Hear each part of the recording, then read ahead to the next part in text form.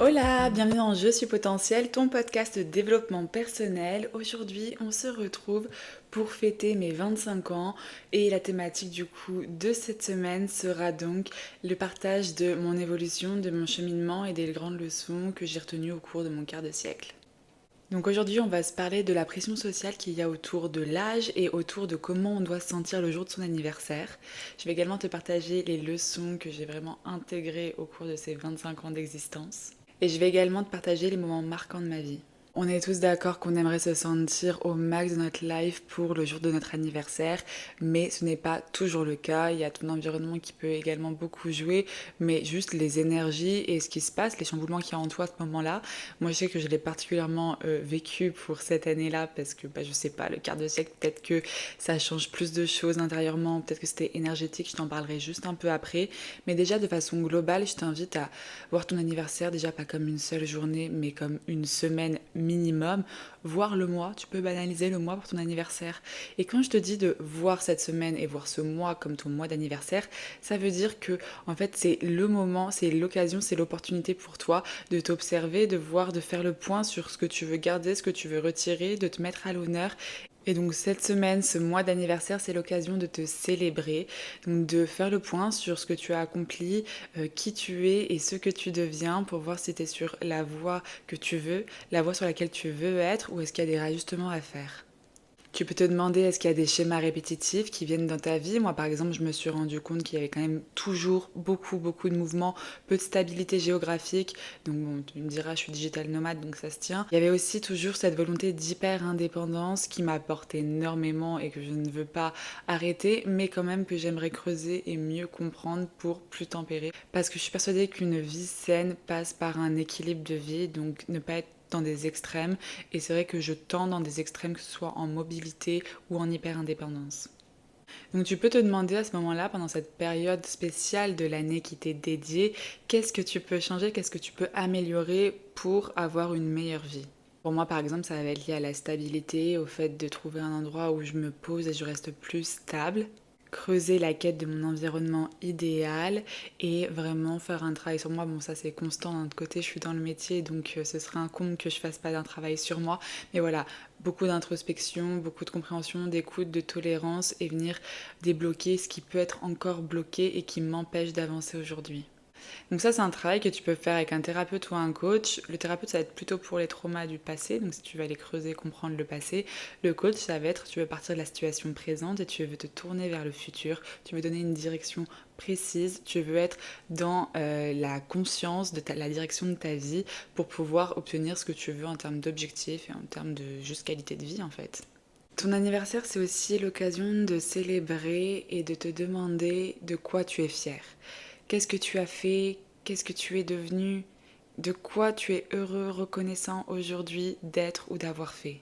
Pour ma part, je sais qu'il y a le fait que je sois sortie de relations compliquées, dont je suis très fière parce que c'est à ce moment-là que vraiment j'ai pu m'épanouir pleinement et commencer à révéler mon plein potentiel. Ça me tirait vraiment vers le bas. Donc je suis vraiment fière d'avoir passé le cap et d'être passée de cette case de la nana toujours en couple à la nana célibataire et heureuse seule.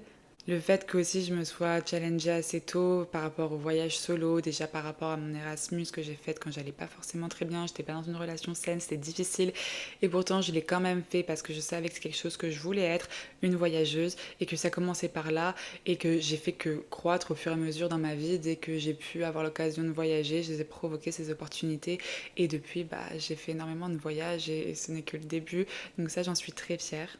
Sinon, rien que le fait d'entreprendre ma vie, de me lever tous les matins pour me créer la vie de mes rêves, d'être vraiment au clair sur ce que je veux, d'être au clair sur mes capacités, mon potentiel et être en mesure de l'exploiter au mieux et avancer à ma vitesse, apprendre la patience au passage, mais tendre vers vraiment ma vie idéale et pas subir en fait mon quotidien.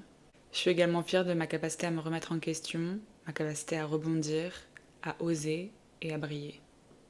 Tu peux aussi te demander qu'est-ce qui avait peut-être sa place dans ton passé mais ne l'a plus dans le futur. Qu'est-ce qui doit rester dans le passé et qu'est-ce qui doit arriver dans le futur. Tu vois, faire un peu cette séparation. Ok, on rentre dans une nouvelle année de ta vie. Qu'est-ce que tu veux laisser au passé? Qu'est-ce que tu veux apporter au futur? Bon, dans mon cas, pour les personnes qui me suivent sur Instagram savent que je veux laisser clairement au passé mes problèmes de famille qui me suivent depuis un peu trop longtemps. Et laisser au passé également ce manque de stabilité géographique parce que même si c'est une liberté que je tiens à conserver, ma liberté géographique, c'est autre chose de vivre dans un endroit différent tous les mois ou tous les ans. Il faut peut-être trouver encore une fois un juste milieu. Bon voilà, là je t'ai donné quelques questions que tu peux te poser pour faire un petit point suite à cette nouvelle année qui commence pour toi, si c'est ton anniversaire ou si ça approche. Bon, dans mon cas, l'introspection fait partie de mon quotidien de par mon métier. Donc pour ceux qui me suivent sur Instagram, donc sur Coach Optimiste, vous le savez, à l'année de mes 24 ans, je l'ai croqué, mais avec toutes mes dents. Je me suis régalée, j'ai accompli tout ce que je voulais accomplir, j'en suis extrêmement fière et je suis pleinement épanouie de cette année de mes 24 ans. Et quand bien même je me suis développée personnellement et professionnellement et je suis ultra épanouie, bah j'ai quand même passé le jour de mes 25 ans à chialer. Alors je sais pas comment on peut appeler ça, moi je suis partie sur crise de la 25e, ça me plaît. J'ai encore du mal à vraiment poser des mots dessus parce que bah, c'est très récent, c'était il y a 4-5 jours. Enfin, là, au moment où je tourne ce podcast, on est jeudi 8 février. Mon anniversaire était le lundi 5 février.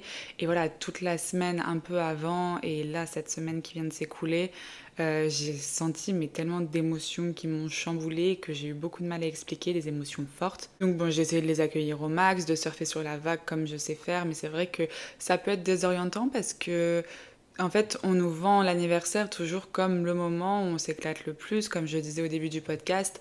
Et c'est vrai que c'était pas le cas pour moi cette année. Ça veut pas dire que là, ce week-end qui va arriver où je rejoins mes amis à Paris pour faire la fête, ça veut pas dire que je vais pas passer un super moment. Ça veut pas dire non plus que mes amis avec qui j'ai bu un coup le lundi soir de mon anniversaire, c'était pas un super moment. Ça veut juste dire que là, mon énergie, elle est différente. Je suis en phase d'adaptation. Je sens que je suis en phase de changement, que ça remue en moi. Et du coup, j'essaye d'accueillir ça, de ralentir, surtout ralentir mon rythme. Là, au cours de mon anniversaire, donc de cette période dont je viens de te parler, j'ai vraiment senti les énergies qui m'ont challengée au cours de l'année passée. J'étais pas en train de penser au magnifique coucher de soleil que j'ai pu voir au Mexique ou encore au fait que j'ai voyagé seule avec un sac à dos à travers le monde, que j'ai monté mon entreprise et que j'ai un travail qui me passionne aujourd'hui où je vois mes coachés qui se révèlent de jour en jour. En fait, c'est pas toutes ces émotions positives que j'avais en moi là, c'était plutôt celles qui étaient dures.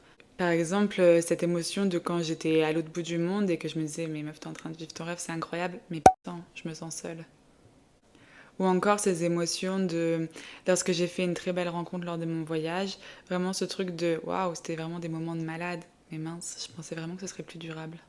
Ou encore le putain, je suis tellement passionnée par ce que je fais, c'est génial, mais du coup, je m'isole, je me mets dans ma bulle, je travaille trop, je m'épuise. Et tout simplement cette émotion de je vis intensément, j'ai zéro regret, je fais tout ce que j'ai envie de faire, je suis tout ce que j'ai envie d'être, mais je suis fatiguée.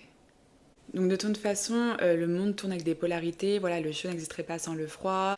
Le jour n'existerait pas sans la nuit. Donc il y a toujours, voilà, comme les deux extrêmes. Et l'un n'existe pas sans l'autre. Donc on a besoin des deux. Et c'est pour ça que je prône l'équilibre. Trouver, voilà, l'équilibre pour ne pas se retrouver dans un extrême et du coup être en carence de l'autre extrême. Mais c'est quelque chose qui est très dur à tenir et on peut vite se retrouver dans des extrêmes. Donc ça c'est un peu pour moi la quête de ma vie, personnellement, chacun ses challenges, mais pour moi c'est la quête de l'équilibre. C'est peut-être mon ascendant balance, une lunaire balance pour ceux qui s'y connaissent en astrologie, qui fait que je suis attirée par l'équilibre à ce point. Mais quoi qu'il en soit, voilà, c'est un peu ces émotions très challengeantes que j'ai vécues l'année dernière qui me sont remontées, je pense, ces derniers jours, comme pour clore un chapitre et en ouvrir un prochain qui sera, je le sais, encore plus exceptionnel que le précédent.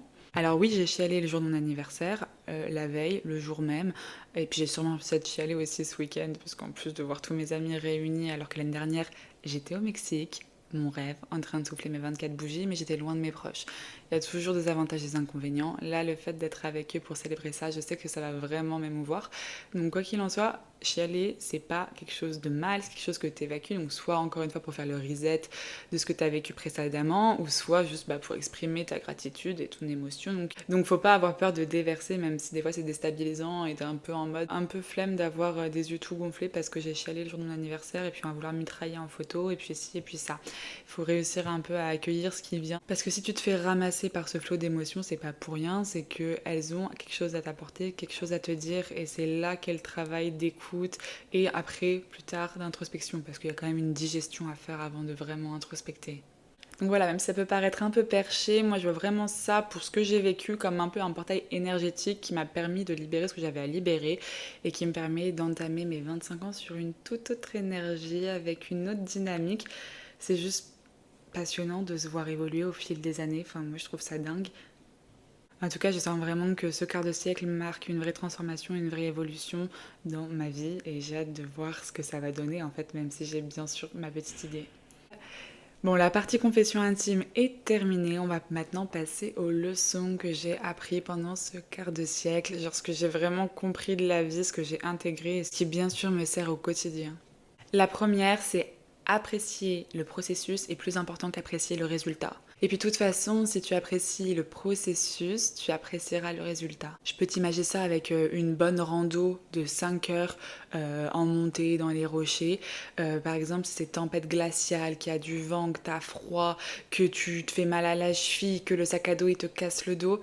Je veux dire, même si tu arrives en haut et que tu profites de 5 minutes d'un rayon de soleil sur ton visage et que la vue est incroyable, je suis désolée, mais 5 minutes de kiff pour 5 heures de souffrance, moi je pense pas que ce soit quelque chose qui se vale. Je préfère largement avoir une balade qui est très jolie, où je prends du plaisir, où je prends le soleil, où je vois des animaux, où voilà, bref, j'ai le temps de kiffer et je peux kiffer et avoir une vue moins bien, ou une vue qui soit similaire en fait au chemin, mais au moins j'ai pas souffert pendant 5 heures pour avoir 5 minutes de kiff. Et en plus, ce que je veux dire quand je disais que si tu apprécies le processus, tu apprécieras dans tous les cas le résultat, c'est que je vois pas comment un chemin avec des papillons, du soleil, dans un endroit féerique, peut t'amener dans un endroit cauchemardesque. Donc peut-être que quand je t'explique ça, tu te dis que ça va un peu à l'encontre du fait que voilà, il y a un temps pour faire l'effort, pour pas forcément profiter, et après tu kifferas, après tu auras le résultat, le fruit de ton travail. Je trouve que c'est à nuancer. On est d'accord que la vie ne va pas t'apporter tout ce que tu veux sur un plateau d'argent, qu'il va falloir peut-être travailler. Mais en fait, si ton travail il te coûte ta santé mentale, si ton travail ne prend pas du plaisir, si le processus pour arriver à cette fin, à cette finalité, tu prends pas de plaisir, mais ça sert à quoi? Parce que ça se trouve, le processus il va durer 10 ans de ta vie. Là, j'étais mignonne, je te parlais de 5 heures de rando, hein, ça passe vite. 10 ans de ta vie, c'est autre chose, c'est ta vie. Ça se récupère pas ces 10 ans de ta vie. Et ça se trouve, pendant 10 ans de ta vie, du coup, tu vas pas kiffer dans l'espoir de peut-être kiffer les années d'après. Et je dis bien dans l'espoir, parce que, excuse-moi, on sait jamais ce qui va se passer. Déjà, on sait même pas se tirer à la fin de ces 10 ans. Je veux pas être pessimiste, mais voilà. En plus de ça, on sait pas dans quelle santé tu seras. Ça se trouve, tu seras plus en mesure de kiffer comme tu es, en mesure de kiffer aujourd'hui. Donc là, c'est un appel, encore une fois, être dans l'instant présent et vraiment se rendre compte que c'est le processus que tu es en train de faire aujourd'hui au quotidien qui a de l'importance. Et si tu t'éclates et si tu te donnes à 200%, le résultat, il ira avec. Ensuite, il y a bien quelque chose que j'ai compris, c'est que la seule personne que tu puisses changer, c'est toi-même. Donc ça sert à rien de t'épuiser à vouloir changer la terre entière, à pas comprendre pourquoi machin décide de continuer à faire cela. Enfin, si les gens ne veulent pas changer, tu ne pourras pas changer pour eux, tu ne pourras pas les pousser à changer. Enfin, d'accord, une discussion, ça se tente, tu peux tenter de faire un déclic à la personne, mais tout part de la personne. Et donc je peux faire le lien avec cette autre leçon que j'ai bien compris. Garde ton énergie pour les combats où tu as de l'influence. Si tu t'épuises, si tu donnes tout pour des combats où tu n'as pas d'influence ou très peu d'influence, parce qu'on ne peut pas dire qu'on est impuissant, on a toujours une petite dose de puissance, un petit rôle à jouer, mais il est tellement minime, tu vas t'épuiser, tu vas jouer toutes tes cartes dans un combat où, en fait, même si tu te donnes à 200%, les effets, comme toi, t'as que 1% de puissance, t'as que 1% d'influence, et tes 200%, ils vont être utilisés pour rien.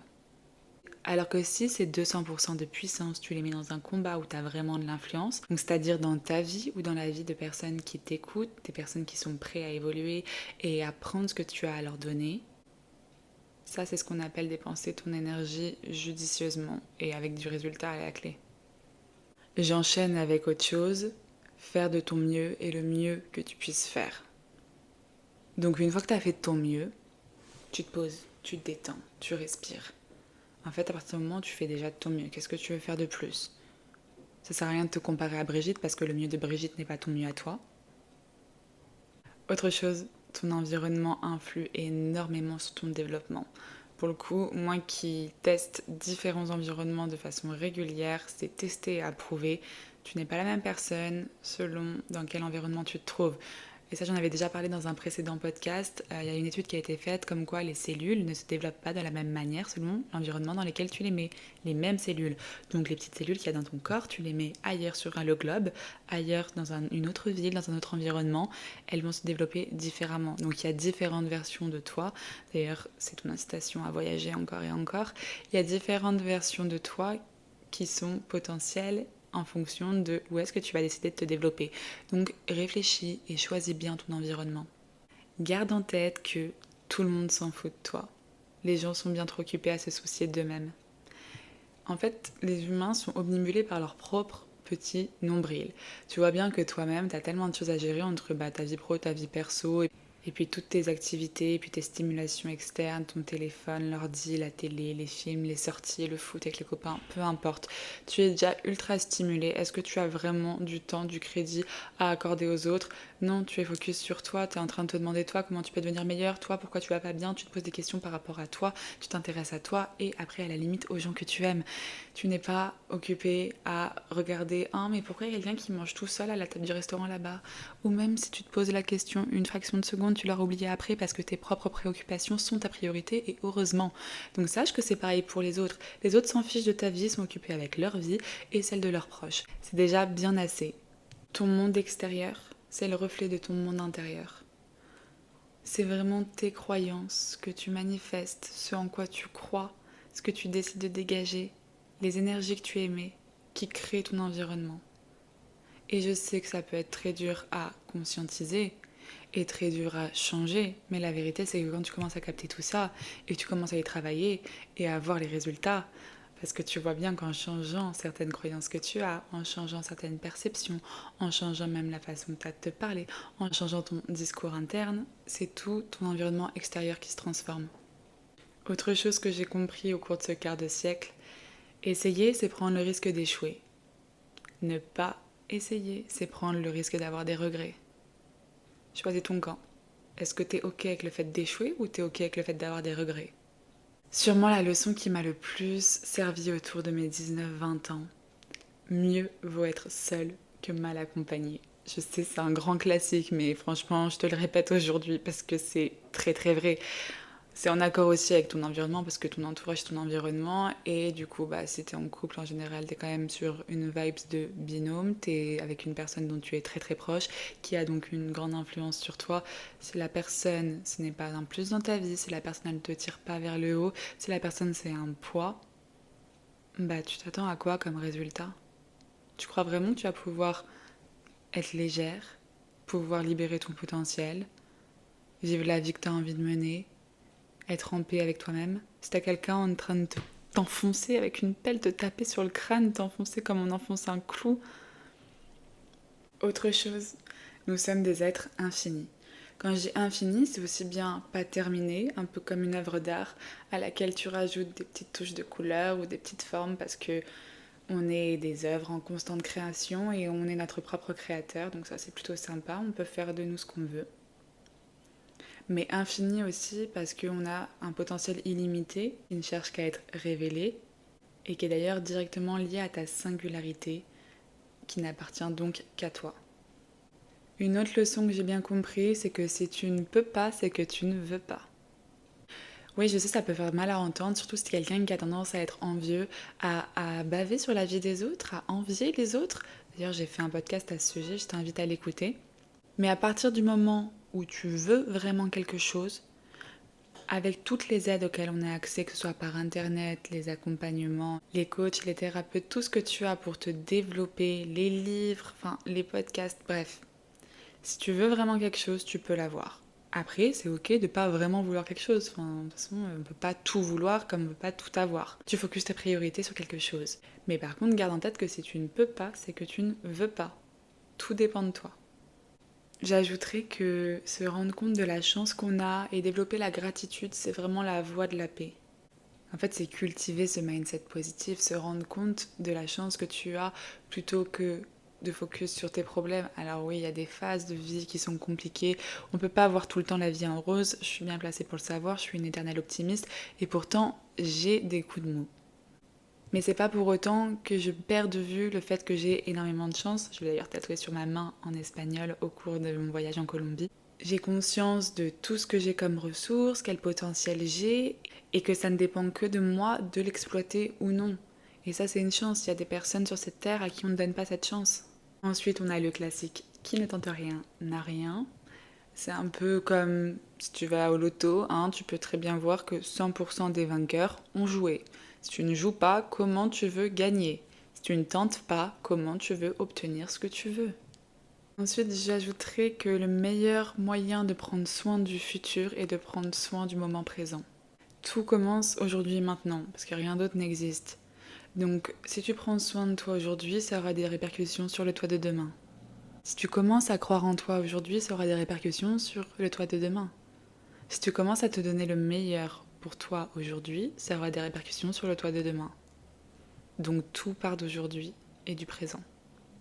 Et je terminerai avec un peu, c'est toujours mieux que rien du tout. C'est-à-dire que peu importe la satisfaction que tu as aujourd'hui pour ce que tu as dans ta vie ou ce que tu es, si tu es un petit peu satisfait, c'est que tu l'es quand même. C'est un peu le voir le verre à moitié plein plutôt qu'à moitié vide. En fait, c'est rarement tout ou rien. Donc pourquoi pas décider de voir ce que tu as, encore une fois, pour t'encourager à obtenir plus après et cultiver ta patience plutôt que de te morfondre sur ce que tu n'as pas. Et en faisant un petit peu tous les jours que tu auras des résultats. Il vaut mieux faire un petit peu tous les jours que pas du tout parce qu'en fait un petit peu c'est pas assez. Par exemple, moi j'ai commencé à lire un livre en anglais, donc c'est un peu challengeant parce que bon, même si j'ai un bon niveau maintenant, je suis pas non plus totalement bilingue et je lis quelque chose comme 2 pages par jour. Mais je l'ai inclus dans ma morning routine et tous les matins, je lis 2 pages par jour. Eh ben, le livre il va lentement, hein. C'est pas demain que je vais le terminer. Mais par contre, tous les jours, j'avance un peu mon livre. Tous les jours, je m'améliore un peu en anglais. Tous les jours, je persévère et j'ancre une habitude que j'ai envie d'avoir dans ma vie. Donc c'est vraiment un petit peu tous les jours qui va donner de grands résultats parce que à terme, j'aurai terminé un livre qui est riche de savoir, j'aurai amélioré mon anglais, j'aurai acquis des points de persévérance et j'aurai ancré une nouvelle habitude. Juste en lisant 2 pages par jour. Puisque ce podcast, je le fais en l'honneur de mes 25 ans, donc comme je l'ai dit au début du podcast, pour moi c'est important de célébrer que ce soit cette semaine ou ce mois qui représente un changement de cap, un changement d'air dans sa propre vie. Je vais faire un petit point sur les moments marquants de ma vie qui font celle que je suis aujourd'hui, sans trop rentrer dans les détails parce qu'évidemment j'ai un jardin secret, je pense que tu comprendras le fait que je ne t'explique pas tout en long, en large et en travers, puis surtout que pour ça il y aura un livre qui sortira à ce sujet et un film qui sera tourné à ce sujet. Ça fait partie de mes ambitions parce qu'évidemment j'ai 25 ans mais j'ai encore de belles années devant moi et j'ai des projets pour ces 25 prochaines années et elles passent par l'écriture d'un livre et potentiellement la réalisation d'un film. Comme je le disais précédemment, les environnements ont beaucoup d'importance pour le bon développement d'une personne. Et pour moi, c'est quelque chose qui a sa place vu que je bouge depuis toujours. J'ai un papa militaire, donc en fait j'ai toujours déménagé tous les 3 ans. J'ai jamais été stable. En fait, ma seule maison, mon unique maison, mon chez moi, mon foyer, c'est moi. C'est ce temple que je cultive et auquel j'apporte le plus possible d'amour. C'est sûrement comme ça que vous me connaissez, Miss Self-Love, parce que voilà, moment self-love date, food is self-love, parce qu'en fait, pour moi, tout est bon pour m'apporter de l'amour et pour nourrir en fait ce temple qui est mon corps, ma personne, mon âme, pour me sentir au mieux, peu importe dans quel environnement je me trouve. Donc je vais pas te retracer toutes les villes et tous les pays dans lesquels j'ai vécu. Là où j'ai vraiment commencé à prendre des décisions conscientes par rapport à la femme que je voulais me voir devenir. Donc ça a commencé quand je suis partie en Erasmus à Lisbonne en 2019. Donc après mes études à Grenoble, mes 2 années d'études, donc on pouvait faire la 3e année à l'étranger. C'est une opportunité que j'ai saisie et que je ne regrette pour rien au monde. Et pourtant, Dieu sait que j'étais malheureuse là-bas. J'étais malheureuse parce que j'étais dans une relation à distance où je rentrais toutes les 2 semaines voir du coup mon ex à Lyon et que j'étais dans une relation toxique, plus toxique, tu meurs quoi. Clairement, c'était un carnage.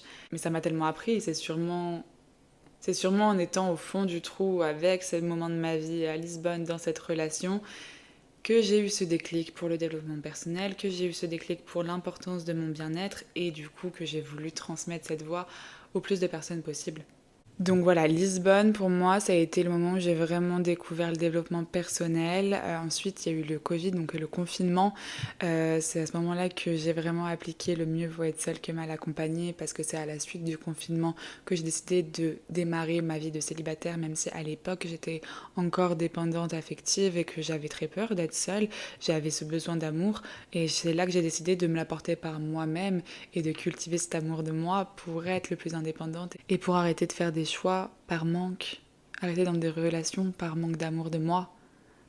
S'en est suivi du coup la fin du Covid, donc été 2020 où j'emménage à Paris pour faire mon master en alternance. Donc je poursuis mes études, je commence ma nouvelle vie de célibataire à Paris.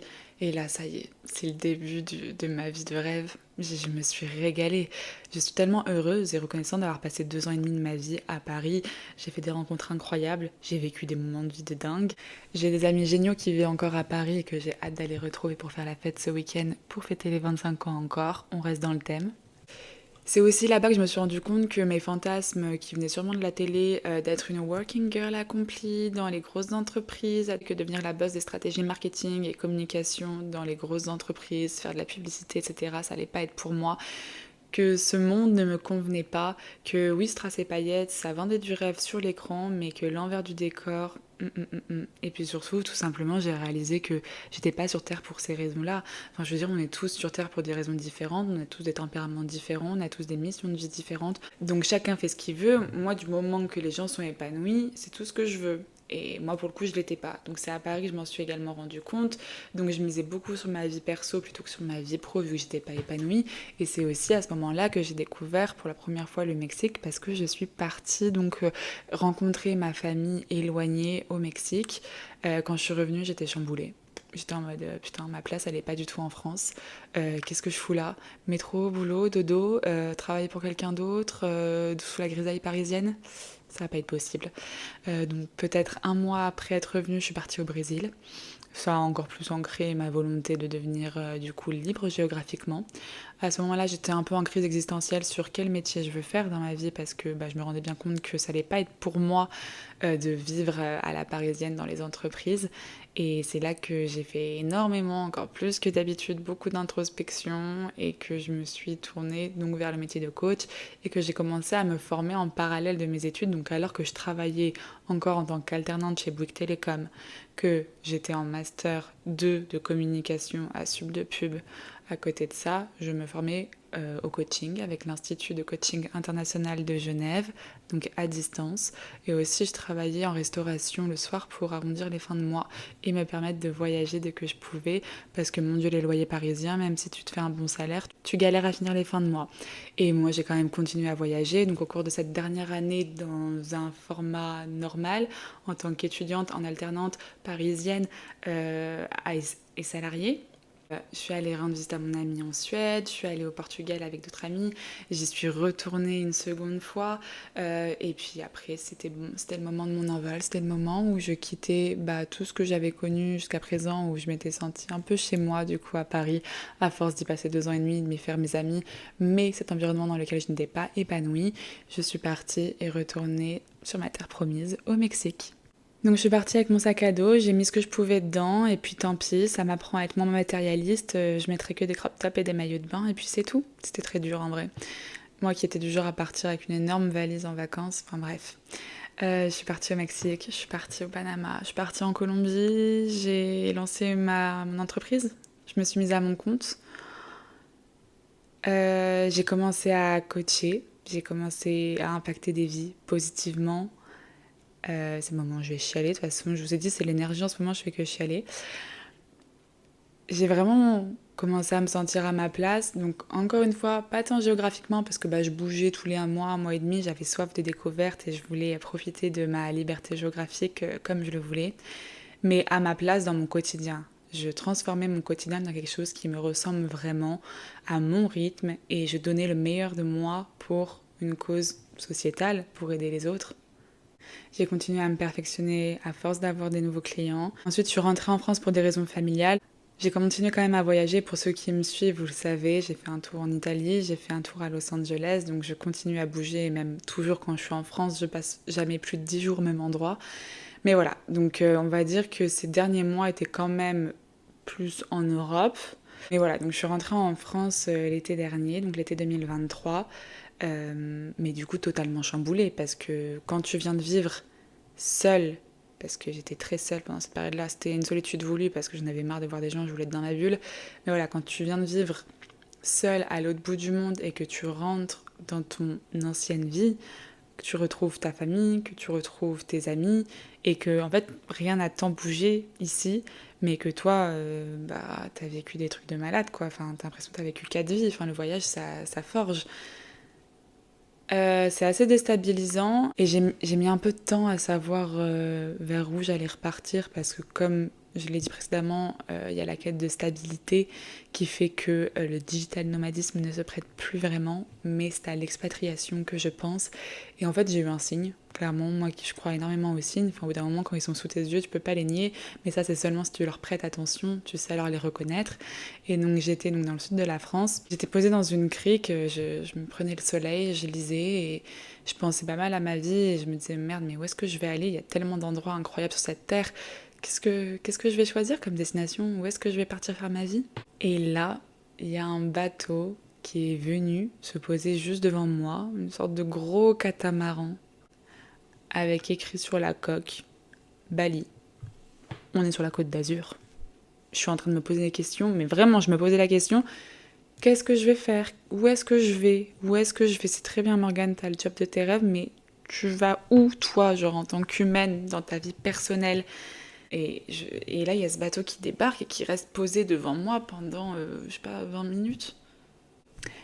De là, j'ai commencé à faire un peu des plans et voilà, maintenant, vous savez, ma prochaine destination.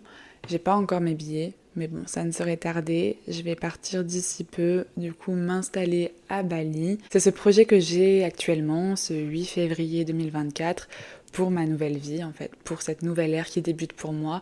Je vais aller m'installer à Bali.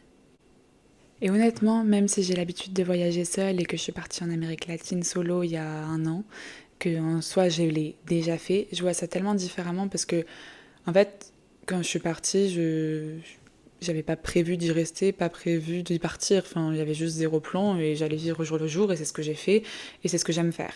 Là, je me challenge, j'y vais, je veux y rester au minimum 6 mois. Donc après, peut-être pour des histoires de visa, je devrais de temps en temps sortir du territoire, mais bref, c'est pas le sujet. Globalement, je souhaite m'installer et faire ma vie en fait là-bas. Quand je dis faire ma vie, on se calme, hein. Pour moi, déjà faire un an quelque part, c'est faire ma vie. Il m'en faut peu pour me sentir chez moi quelque part. Mais voilà, donner une chance à cette île, c'est le plan que j'ai. Et en vrai, ça me fait peur de fou de choisir une destination. Je suis jamais allée en Asie de ma vie, je connais rien à la culture, je connais personne là-bas. Je sais pas du tout si je vais m'y plaire. Bon, a priori, il y a quand même pire comme destination pour aller habiter. Mais bon, quand même, c'est grave l'inconnu. Enfin, franchement, moi, plus inconnu, j'ai pas, hein. Donc ça va être encore une grande aventure de vie que je vais nous tenter là. Et voilà. Je vais arrêter ce podcast qui devient donc interminable. Je me suis beaucoup livrée sur ma vie personnelle. Bon, après, d'un côté, le thème, c'était par rapport à mes 25 ans.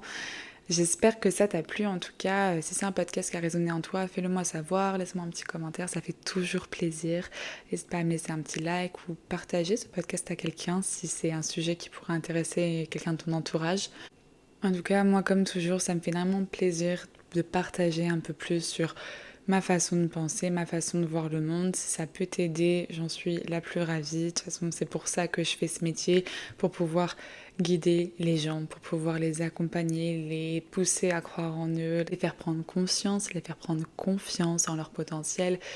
En fait, je veux que tu comprennes que je suis une personne que tu écoutes derrière ton téléphone, que je suis une personne que tu regardes derrière ton téléphone, mais je ne suis pas une alien. Ce que je fais, tu es capable de le faire. Donc je ne dis pas que tu as envie de faire les mêmes choses que moi. Comme je l'ai dit précédemment, on a tous envie de choses différentes dans notre vie, mais peu importe la hauteur de tes rêves, peu importe tes ambitions, peu importe ce qui te fait peur, vas-y, essaye, tente. Voilà, je vais te laisser sur ce mot-là et je te fais des gros bisous. Je te dis à bientôt pour le prochain podcast de la semaine.